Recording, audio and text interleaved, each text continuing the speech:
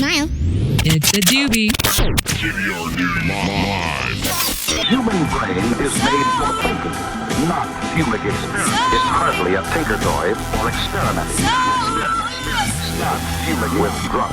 Why do we talk about marijuana? It's the single biggest drug that is a source of some confusion. This is really about educating the public about the fact that marijuana is a less harmful drug. Marijuana, that's to get high. You can be as high as you want. The prohibition of marijuana over the last 71 years has not actually prevented you from using marijuana. You feel weak. Close to winning the war. I do believe there have been some successes. We will never arrest our way out of this problem.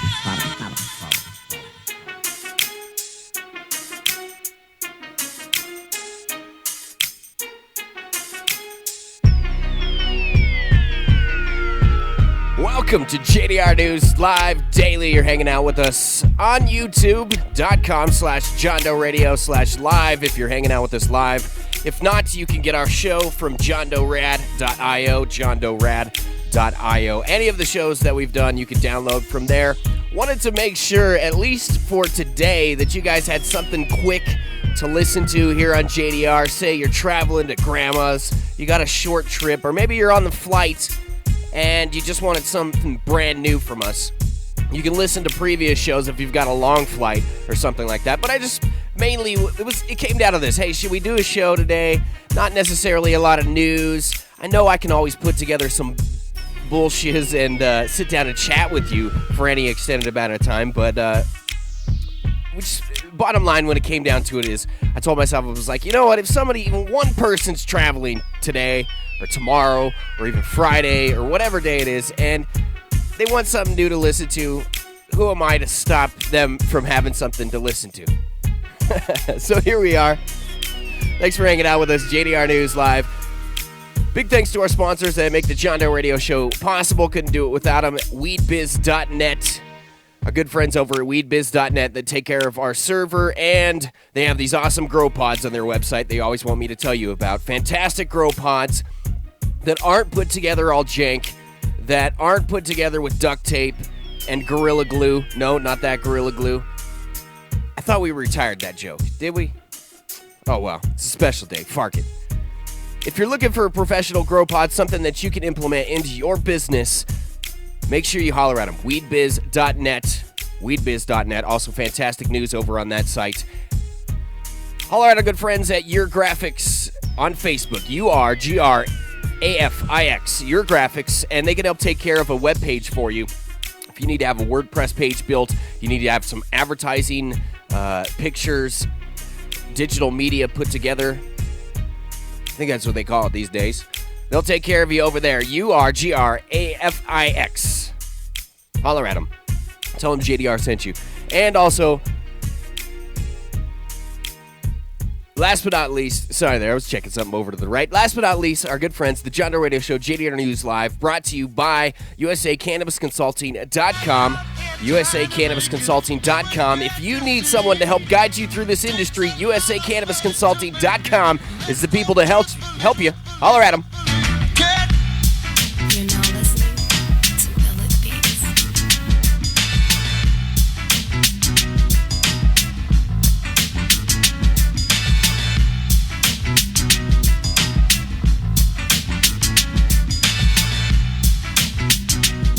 It is Thanksgiving time.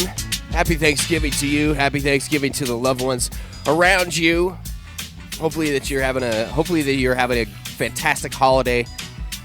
If not, the only thing I can say is just try and keep your head up. Smoke more bowls. Tomorrow, I'm not exactly sure what we're going to do, if we'll have a show here or not. Depends on what the plans are. I don't know exactly what my plans are specifically. I know I should already know by now, but I just don't. So we might bring you a show tomorrow. Might not be a show tomorrow. So just hang in there with us. Like I said, wanted to make sure we at least got you one today. There is some news that we have to talk about today, including medical marijuana patients in Michigan toking in cars is not protected for them. So say you're out and about and you don't have a place to smoke your cannabis, to medicate. You can't necessarily go out to your vehicle on your break, smoke in your car, and come back in to go back to work. If that's something, say, that you do, it's not protected. We'll talk about that. Also, pilot tossing bales of cannabis out of his window. Being charged with that 2013 case, which, how can I avoid that today? So it reminds me of, specifically this time of year, a lot of you might not be very familiar with this reference, but WKRP, the TV show, WKRP in Cincinnati, had this bit that they did. It's a TV show. I mean, it's a funny sitcom TV show. But anyway, they did this bit where they went up in a helicopter and were doing a giveaway for the radio station. And the owner of the radio station threw live turkeys out. And one of the dudes from the radio station is there broadcasting. He's going, oh, the humanity. Anyway, it's a funny episode of that show. And fits in perfect with right now. And a lot of people like to get nostalgic on Thanksgiving Day. So if you get a chance, go back and watch that show. It's fantastic. Specifically that one. I can understand how you wouldn't maybe get into some of the other ones. It's a little bit out of date. Radio not really existing anymore. This is radio right here. Us. The one-to-one in podcasting. The JDR Army situation we got going here. That's radio now. That's the whole reason why I started this, because radio just shit out. Anyway, rest of the news, we got Oakley, California. Oakley, I should say, which is what I said, but I want to clarify. It's Oakley, not Oakland, or you know what I'm saying. Anyway, California adding restrictions. Drug testing restricts jobs. Is Oakley part of Oakland, California? Somebody in chat, let me know. I've never been to California. I know rules, but sometimes I don't know areas so much. I guess we'll get into it. Sounds like its own town specifically, though, because it's got a mayor and all that good shiz. By the way, I had a deep-fried turkey last year. It was the first time I think I'd ever had a deep-fried turkey. Actually, maybe it was at Ganja John's house a couple years ago we had deep-fried turkey. Either way, I remember this deep-fried turkey from last year. Just so amazingly tasteful and juicy and the turpalicious. It was awesome. That's my favorite way to cook a turkey. Of course, I'm not the one cooking a turkey. I guess I should say that's my favorite way to eat turkey that has been cooked in a certain given way. I specifically, you wouldn't want me to touch any bit of your food or turkey or cooking or anything like that because, oh man, it just turns to shit. I have the Midas touch with food. Although I can scrunch down. I can slam some food down my throat when it comes to Thanksgiving. Like I said, turkey, gravy, and green bean casserole all mixed together with some macaroni and cheese. Damn, sounds fantastic. I got food waiting for me after this show, so I can't wait. It's 99% of what I'm thinking about right now. 98, the other 1% weed, the other 1% video games. New Hampshire health officials have approved. Oh, by the way, there's also this news story that I had. I talked about this. I think I mentioned this actually yesterday.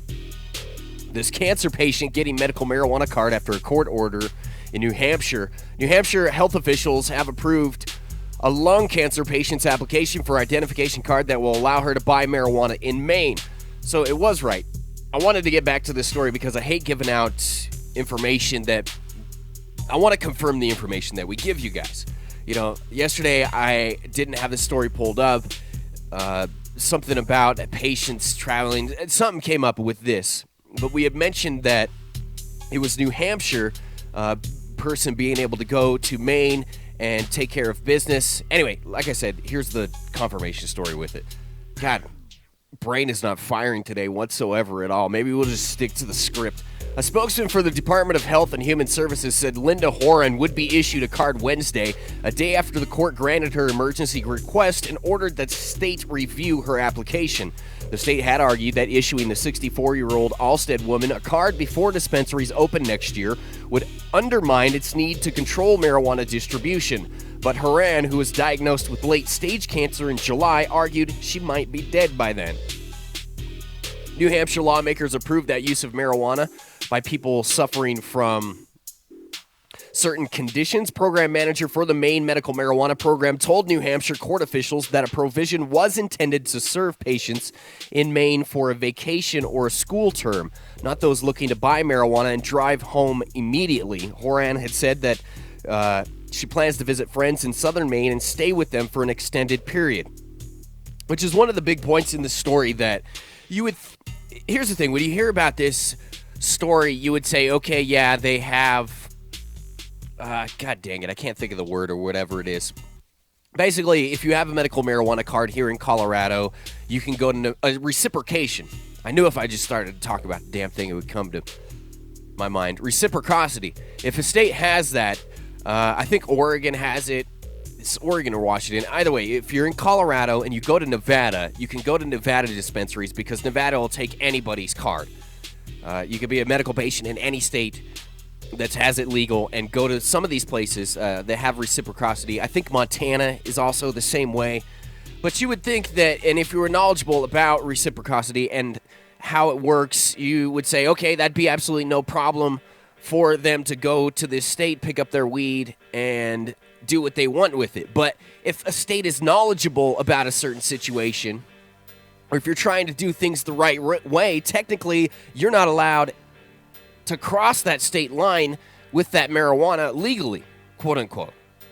I mean, we've all probably done it before, and sorry if I'm accusing you of something that you've never done, but it's not like it's something that people... It's not like if you hop in a car drunk driving and your friends are outside the car screaming at you to stop. That's not the situation with traveling with weed.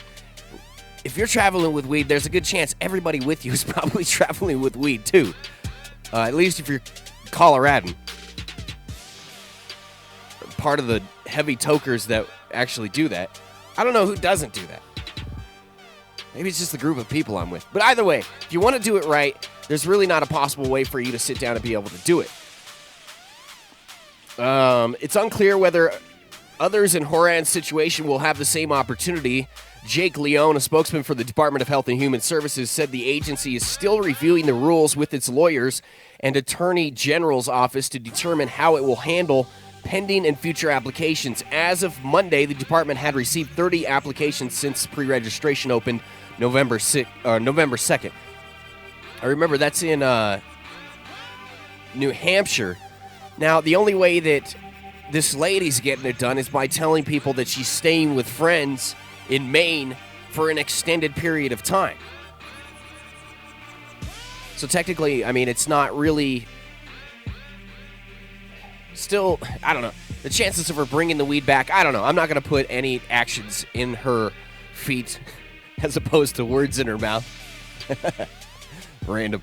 But I'm not going to say that she's going to buy cannabis there in Maine and then bring it back. She's saying that she's going to be staying with friends in Maine. So I'm assuming that she, is not telling them that she... Anyway, you know what I'm talking about. Jesus criminy, John Doe. Make your goddamn brain fire off today. Just quit thinking about this damn turkey. So, either way, there's no official change with it. The only thing that happened here is she was granted a medical marijuana card early, before anybody else, which is awesome in its own right, but still need to get it fixed to where patients aren't putting themselves at risk to federal prosecution by crossing state lines with the medication. And I'm not sure the feds would necessarily prosecute anybody like that, but you never know what could happen and what cases could be punished retroactively. So if she gets arrested, the case gets sent to the feds. I'm not exactly sure how that would work or whatever, but if it's within... If they don't press charges on her and it's within the statute of limitations, then they would be able to possibly come back at her or anybody else and press charges against them just in case. Why would they do that? Just in case we got, another administration in office that wasn't so positive with cannabis and didn't approve of this situation to happen and wanted to crack down as hard as they possibly could. When it comes to cannabis and comes to cannabis patients, you never know. It is something that could happen right now. So you're saying there's a chance? Yes, there's a chance. Maybe like a 0.5% chance, but there's still a chance. So, and you never know. What if Trump actually ends up winning this shit? Because right now, as it looks, that's not completely out of the question. Not completely out of the question at all.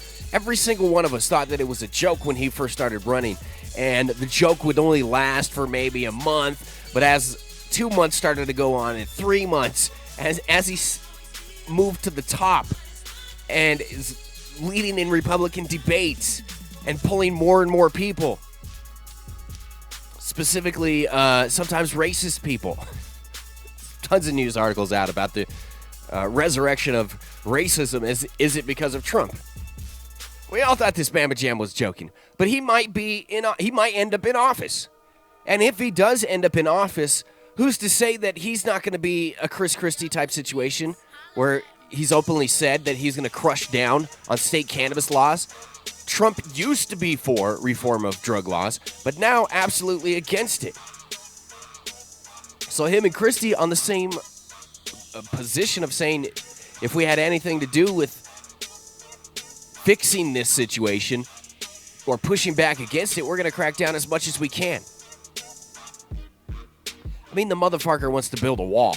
He's going to build a wall. We're going to build a wall around the state of Colorado, and we're going to build a wall around the state of California and Oregon and Washington. And there's no weed going to be allowed to come out of this goddamn wall. Somebody will figure out how to get over the damn wall, all right?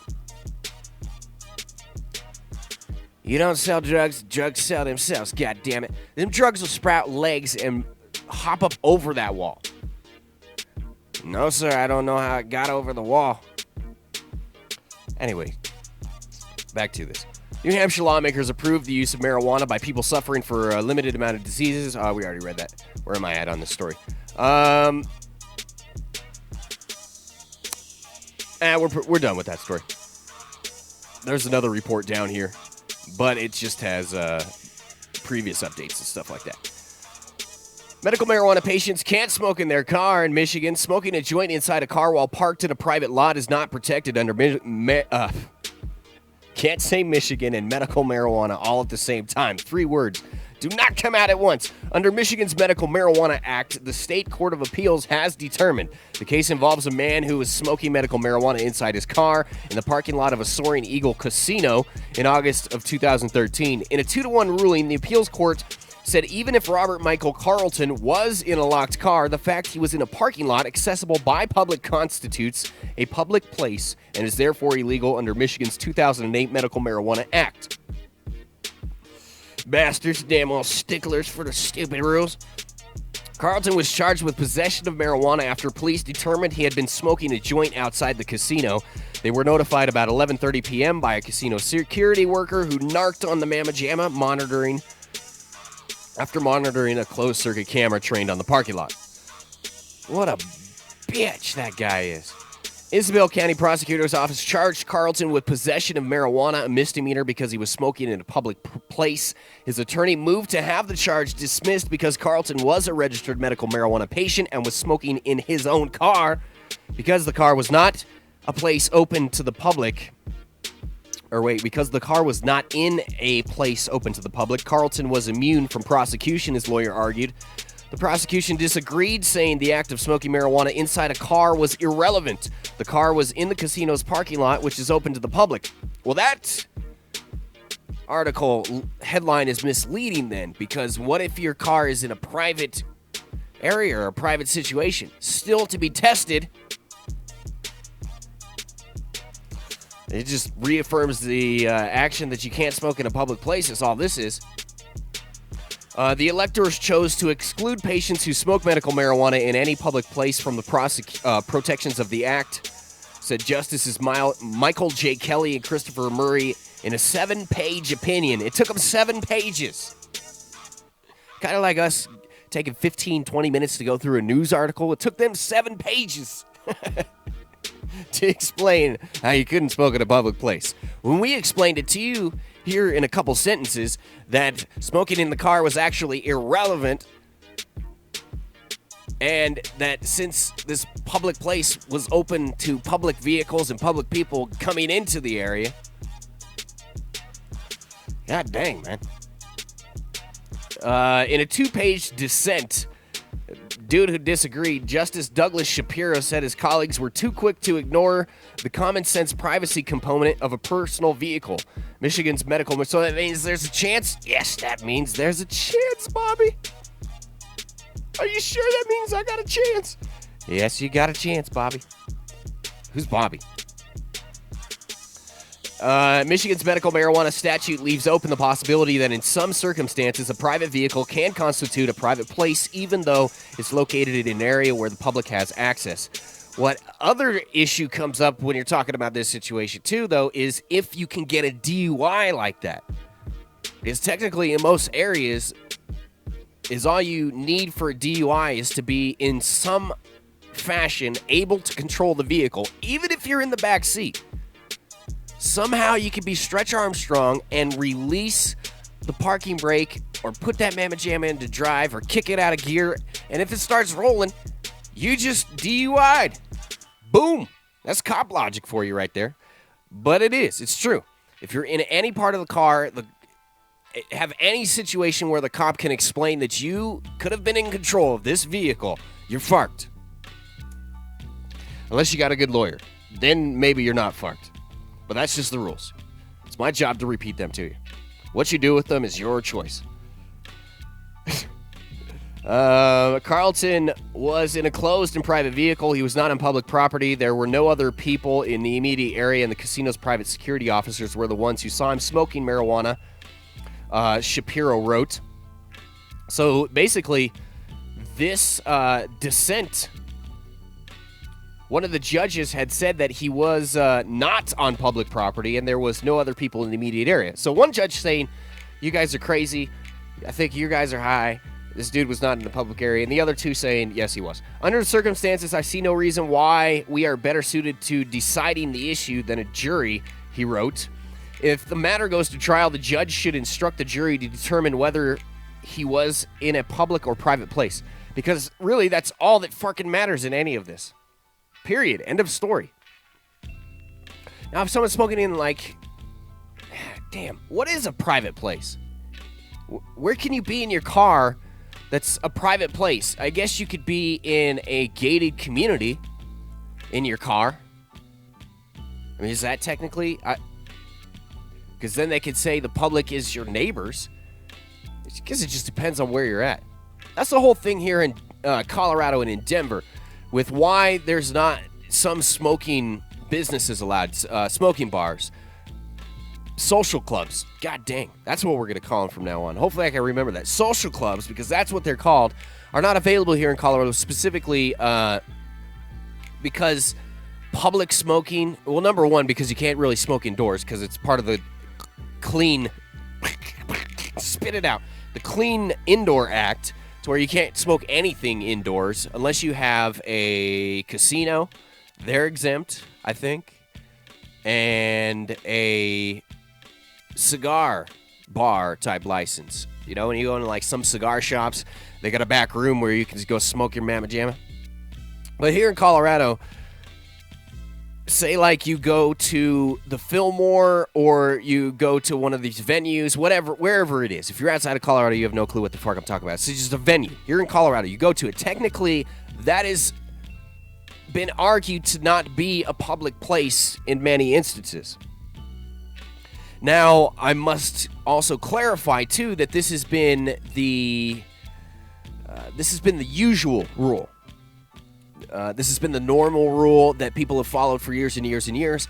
But as we've reported on before, POTUS, people of the United States, the club that got closed down here in Denver for operating an illegal smoking club, selling weed, all that good stuff, that case didn't go to trial because the city prosecutors decided to drop the case. I mean, whether they didn't have enough evidence or basically saying that they weren't ready to go to trial and dropped it. So basically they didn't have enough evidence to prove, or they didn't want to set a precedent. Whatever it is, that is slightly changing here in Colorado. Not as quickly as we would like to see. And I thought by now that we would already, since we didn't see it on the November ballot in Denver, they pulled that off the ballot from being allowed to have social use and letting the public decide that. I thought we would possibly see something happening by now, since it's already after November, but I bet what will happen is it'll be somewhere between January and at the latest April, I would expect.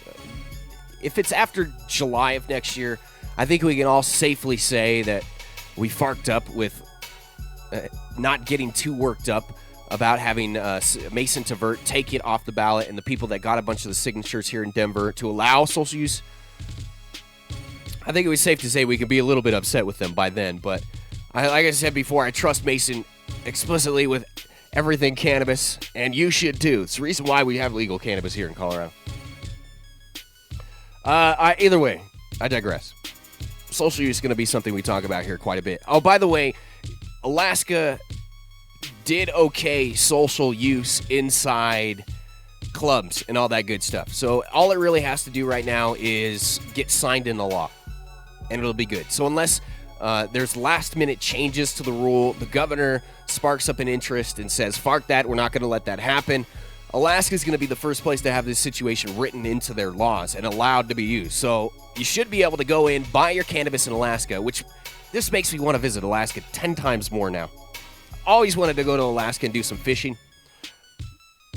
I used to want to go and hunt, but I'm not so much of a wannabe hunter anymore, and I definitely don't agree with some hunting for sure like I used to. I grew up in a household on the eastern...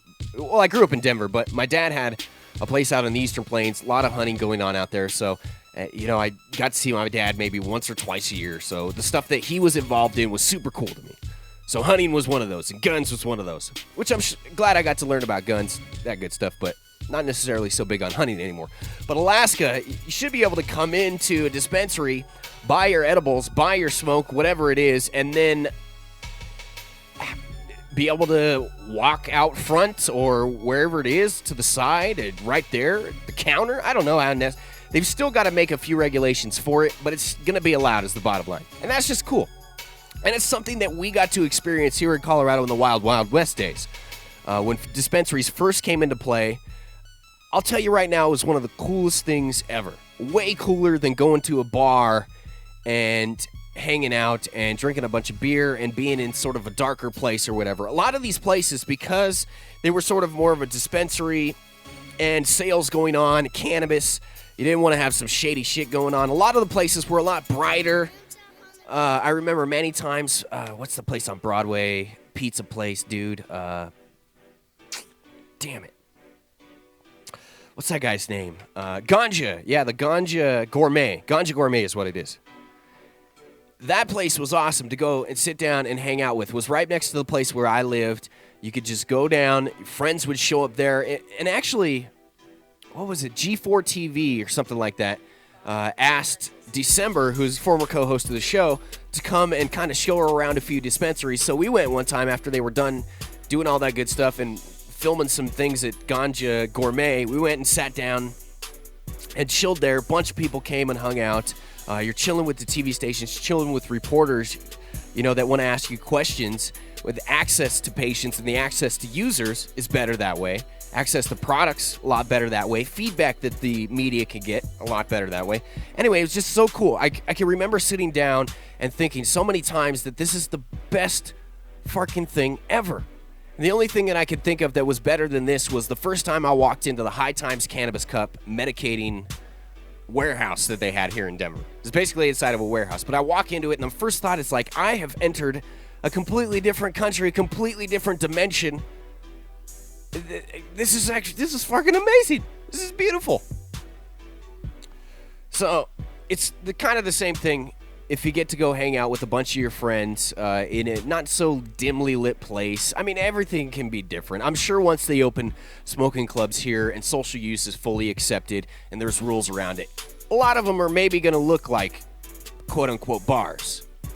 But I think they're going to be a little bit more high class than a lot of the normal bars that you see, especially here in Denver, the way things that have been moving as far as tourism and redesign of shops and apartments, restaurants, all that good stuff. I can imagine that, things will be pretty up to date here. But we're probably going to have those non-custy cubby holes, where the people that are in the know and are the cool kids get to go and hang out.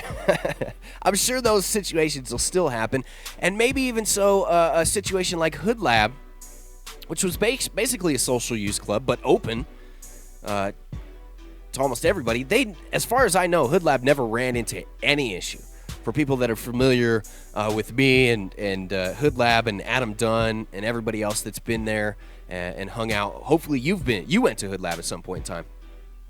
Fantastic place here in Denver. I'm not sure that they ever really ran into any use issues at all, because I don't think they ever made it a really big deal. It was never something that was put on the radar of the police, and that shit was like downtown Denver or over off of Santa Fe, which was a little bit earlier than the Wild West, towards the Wild West years. That was a super dope situation. There was this awesome arts district. It still exists on Santa Fe Drive here in Denver. Right next to, obviously, a bunch of dispensaries. Anyway, they used to have this thing called First Fridays. You may have it where you're at, where everybody just comes down and it's like an art walk or a boardwalk if you have that near you, and everybody's just hanging out. Food's there, music. I think I threw one of the biggest parties that I've ever been to. I personally, awesome that we got to be a part of that and throw that over at Hood Lab, the JDR party where the normal conference was here in Denver. Tons of awesome memories that I still hear back from people on that. Anyway, what I'm getting to with all this, which going on and on and on about it, because it's awesome. And it's cool to sit here and tell you stories about it, is that there were so many connections made, and we weren't shoved into a back room and told to really keep quiet. It was something that was more in the open. It was part of our culture, and it's just plain just awesome. And who knows, maybe we might lose a part of that. I think there'll always be places that we can go to that are like that. We'll have memories that aren't just those custy places, hole in the wall, just like bars, where your favorite bar that you go to or a bar becomes famous for this reason. There's probably always going to be that. But who knows? Maybe we end up someday to where this is bastardized and social use is like, fuck it, I don't go to those things. I guess it just depends on who you are.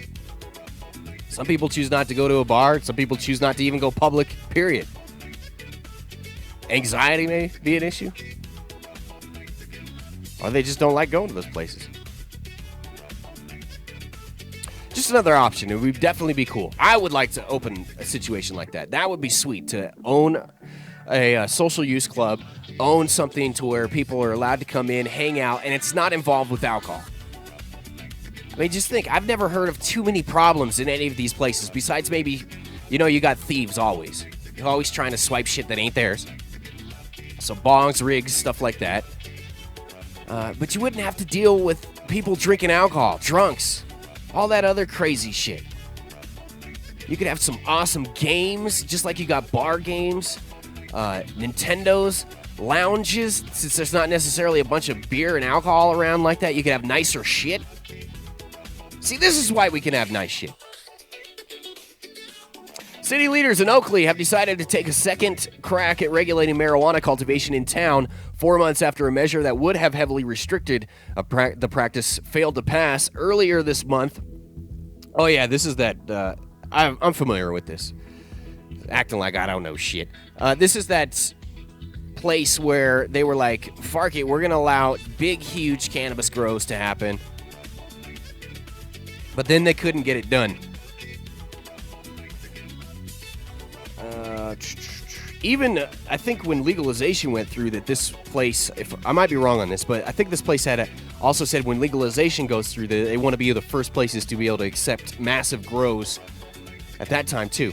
Earlier this month, city staff proposed a set of new, more modest regulations on marijuana cultivation, with the council voting on them December 8th.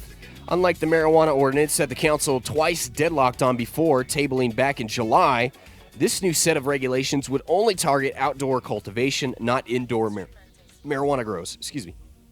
City leaders said their goal is twofold. They want to restrict the pungent odor of marijuana plants, which neighbors often complain about, and they also want to dissuade large-scale marijuana farmers from setting up shop in town. They do attract a criminal element. We've had a problem and people killed over this, Councilman Randy Pope said, referring to his experience as an Oakland police officer. Everybody says marijuana is not violent, but we have people killed frequently over it. Well, marijuana is not violent. People are fucking violent. That's period, end of discussion there. It just goes to show you that, I mean, generally, if you look at who we are as stokers and you look at the culture that we have, it is a non-violent culture. It's like what we talked about with Thanksgiving. It's one of the most awesome cultures, one of the most awesome groups to be in is a stoner group. If you need anything taken care of, you need some friends, you need somebody to just pass you a joint. It's a non-violent at heart culture. Maybe a stanky hippie culture, but it's a non-violent one at that. No, I'm just kidding. It's not that at all. Some places it is. But still, if you're trying to look towards who we are and what this culture does attract, that's what it is. That's the first thing that should come to your mind is tree-hugging hippies and happiness, good times, medicine. It just so happens that not everybody in the world can be kept away that is shitty. You know what I'm saying? From cannabis. Crappy people are involved in everything. It's ridiculous. I mean, I bet you even dairy farming. Dudes have been killed over dairy farming. For sure people have been killed over cattle. Where those examples came from, I have no clue. Just the first things that entered into my mind. But think about it. I'm sure the most innocent thing that you could think of that is an industry or sold here in the United States or abroad, somebody's been killed over it. It's just the way shit happens. It's crappy people out there. Douchebag just said that marijuana is violent. New proposed regulations would restrict outdoor cultivation to 6 mature plants and 12 immature plants, the minimum number set by state law. It would also require all marijuana plants to be at least 10 feet from property lines. It would also give neighbors of marijuana growers the ability to seek civil damages for any odor-related nuisance. That's just a bunch of bullshit. Even if the growers are adhering to other parts of the law. So basically, if your shit stinks too much, well, who's to say that they wouldn't just sit there and deal with it for months and months and months and then get basically charge up a lawsuit for months and months and months with the plan that, hey, we're just gonna deal with this for months and say we tried to deal with it, but the whole time we're just gonna charge time to make us look good, and then maybe we can, when we do file a lawsuit, we can backdate all this cash to the first point that we said we were going to try and deal with it. That's just a bunch of horrible shiatsu. What else we got here? I lost my place because I clicked over to check out the chat. By the way, sorry, I'm not paying attention to the chat necessarily right now. If you do have a question in there, I'll try and get to it at the end of the show. Where was I, though? Damn it. Proposed ordinance is similar to the one... Actually, let's go here. For the city's new marijuana ordinance to trump a state law that will establish regulations for new growers, it needs to get 4 votes of approval before March 2016 when state law takes effect. The state's regulations would be more lenient than what Oakley leaders have proposed. So what you've missed there, if you don't understand what I'm talking about there, is that the state of California has given local municipalities to make up their own rules when it comes to regulation of cannabis. And if they choose not to, or they fail to before March 1st, 2016, then the state's regulations go into place, is what happens with that situation.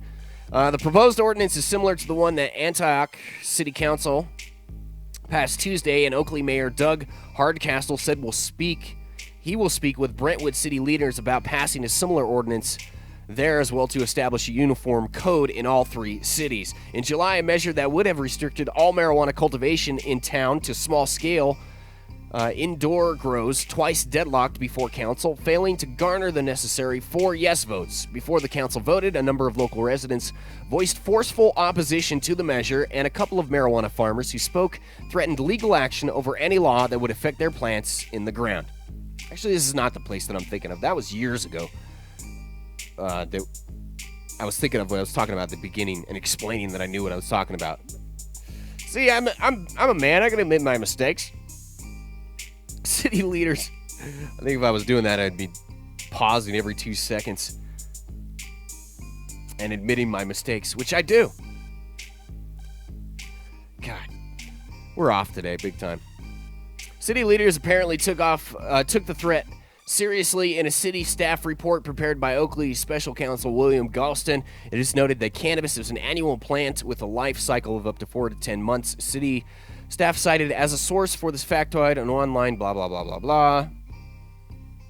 The only reason that the rest of this council didn't want to do it last time was because it didn't allow people to grow their own crop until it matured, Hardcastle said. But now the crop season is already over. Nobody's plants are going to be affected. So he says... Ridiculous. It's just still frustrating, and we talk about the social use club use here in Denver, is that it's cool for us to be able to be in that situation, but also at the same time, for these situations to have happened, we have to have people that are pro-cannabis in place to implement them a lot of the time, or at least not to put up a huge fight when we, the people, actually implement them and pull some political BS and throw their weight around, or a governor comes down and stomps their foot and says this can't be done, which ends up being the last stop on a lot of these decisions and a lot of what happens and a lot of things that residents have fought off, citizens have fought off, say like the DUID bill. Those situations we can get together and defeat with some of the politicians, but when it comes to the governor saying something or doing something, I mean, there's just not a lot of shit we can do about that other than threaten to have the dude not elected. And that same exact thing, all this stuff is happening here in Colorado, and I'm sure it's happening in other places. It's frustrating to hear these stories from California, but you got to think how big California is, how smaller some of these places are. It's lucky here in Colorado that, a lot of shit is just centralized. We have to deal with a centralized situation, which, because we have such pro-marijuana people in that centralized situation, it becomes easy for us to get some of these things done. But at the same time, the incredible, awesome idea and feeling there would be with not having to fight these politicians and not having to go through these stupid steps, that's going to be a little bit of slower rollout. I don't think we're going to get the instant gratification of walking into a smoke-laden, clam-baked warehouse. That feeling probably won't come as quickly as that when it comes to dealing with our politicians. Because as we're seeing, they're slowly being edged out. Just like here in Colorado, you can't be against cannabis, especially in an irrational way, saying that it kills people, that it's a gateway drug, that we should roll back some of the cannabis laws. You can be critical and hope for changes to be implemented and say, this is not working, I think we should do this, but to completely shit on it just doesn't work here for politicians in Colorado anymore. Not if they expect to stay in office,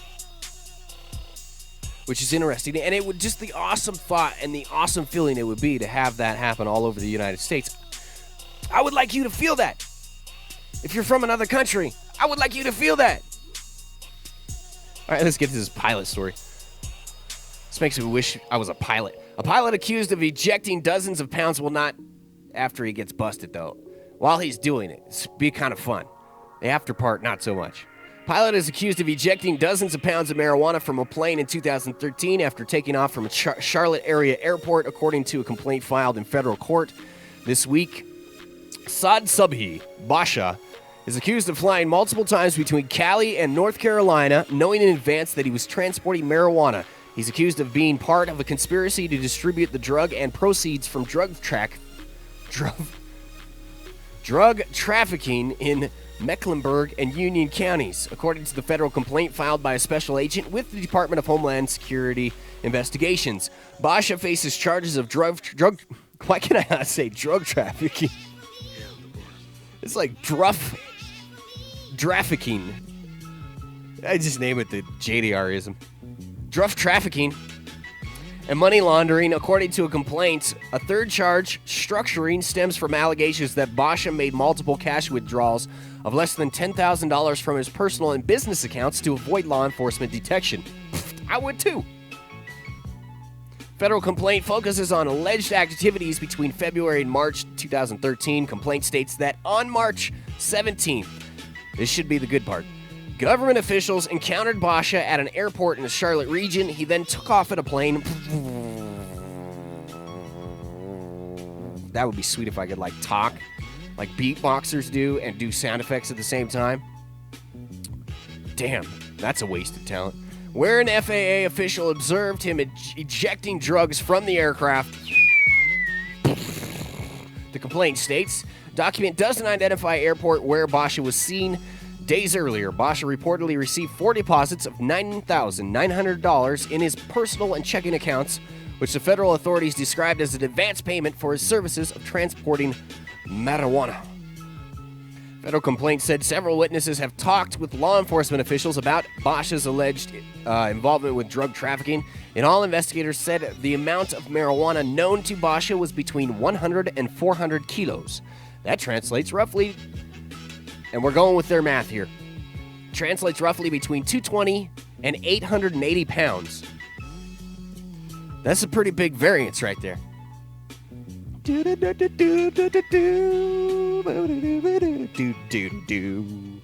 just want a plane. Can you imagine how many people are actually doing this? There's got to be a lot of people doing this. It seems like a very profitable situation. Not that you should do it. It's probably a bad idea if you do it. What other stories we got? I got one more for you here today that we can stick with. I got a couple more, but I think we're running up on an hour here. What time are we at? 46:39. Yeah, we can do another one or two and bullshit for a second. Whatever, like I said, and like it probably sounds like, it's off day here on JDR. It's the day before a holiday. And as we get into December, I'm sure things are going to be a little bit chillaxed more and more. I can't wait till I can't necessarily smoke in the area where I'm at right now. I can go downstairs and smoke, but this area is not really smokable. So I can't wait till I can get on cam again with you guys and smoke. Because isn't that the cool thing to do? Isn't that how all the pot stars and the weed stars do it? I got to have a bowl or a dab here to smoke with you. Toss it to you. Hey, you guys want to smoke with me? I'm not saying there's anything wrong with that. I'm just saying isn't that what they do? All right, this story here from Chicago. 2 libertarian political candidates have asked for a federal court to declare unconstitutional an Illinois ban on political contribution from the state's new medical marijuana industry. The candidates, Claire Ball of Addison and Scott Schulter of Marion, filed a lawsuit in district court in Chicago last week in which they say they support marijuana legalization and want to solicit campaign donations for marijuana businesses. Illinois law bans such contributions. I wonder how big the Illinois political contribution and just overall political laws are there. There's so many people that have been busted for political shit there over the years. In the history of Chicago, such a shyster place to be, including the police there, which they're dealing with that right now. How you take a year to release a video of someone getting shot? Stupid ass. Anyway, neither here nor there. Which this could have implications in other places. Ball is running for state comptroller. Schulter is running for state representative in Southern Illinois' 117th district. They argue that banning campaign donations from marijuana businesses infringes on their First Amendment guarantee of free speech, citing, among other cases, in the U.S. Supreme Court's 2010 decision in the case known as Citizens United. Well, here's the deal with someone from the outside looking in. You can still be for cannabis and not get paid for it. I mean, it's possible to sit here and, have a podcast or be a political person and say, hey, I'm for the legalization of cannabis and not get some contributions for that. I understand, though, the First Amendment goes well beyond actual talking and writing.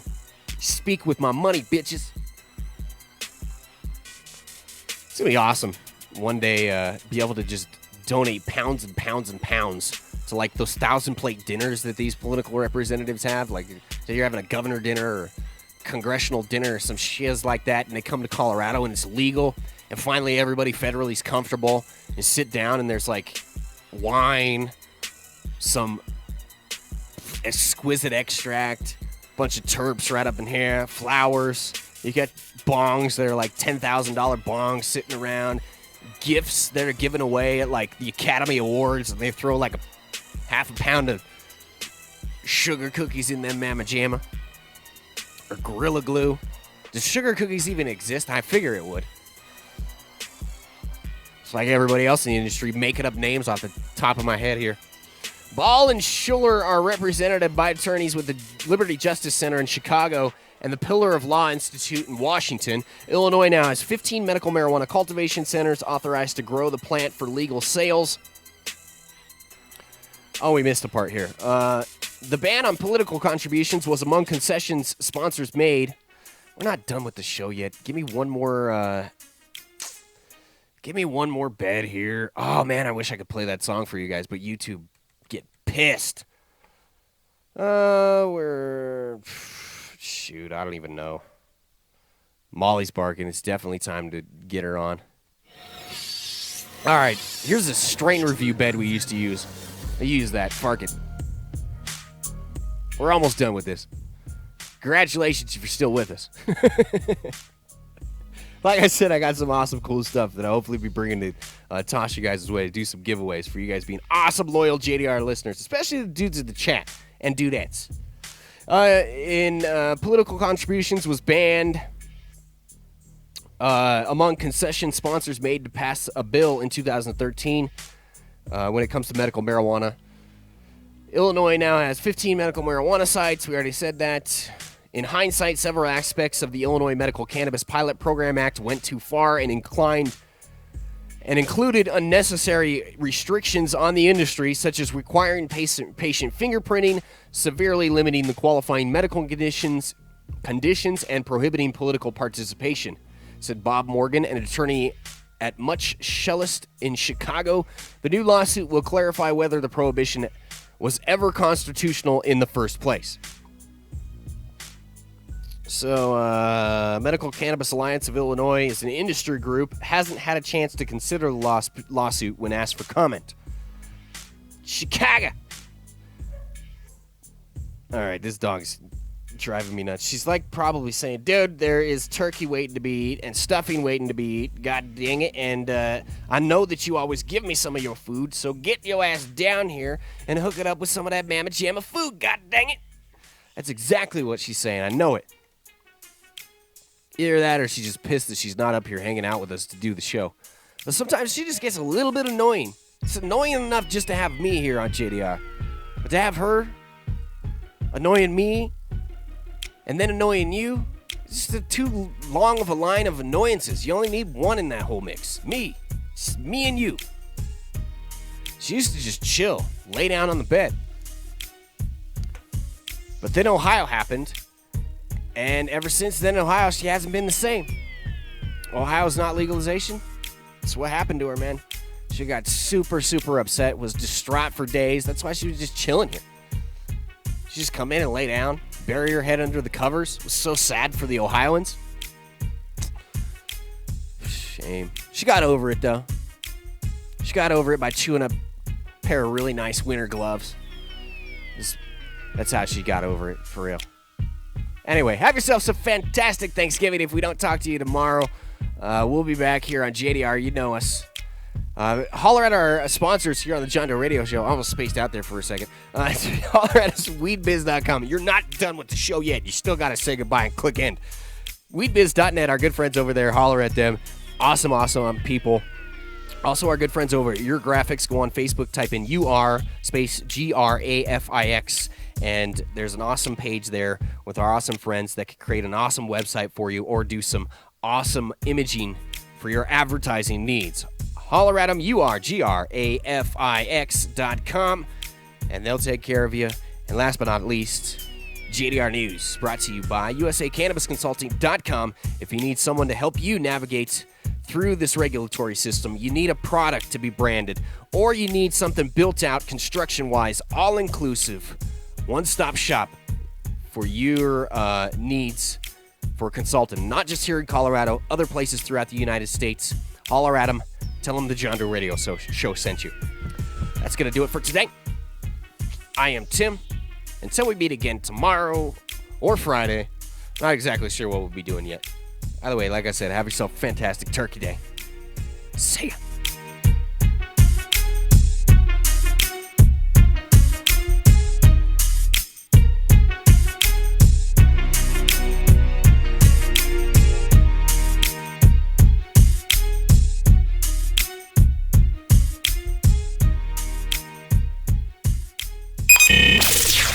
The John Doe Radio Show is produced by Charlie Stash Entertainment. The John Doe Radio Show is not limited by information on agriculture subjects and is informational and entertainment purposes only. We specifically include responsible marijuana reform.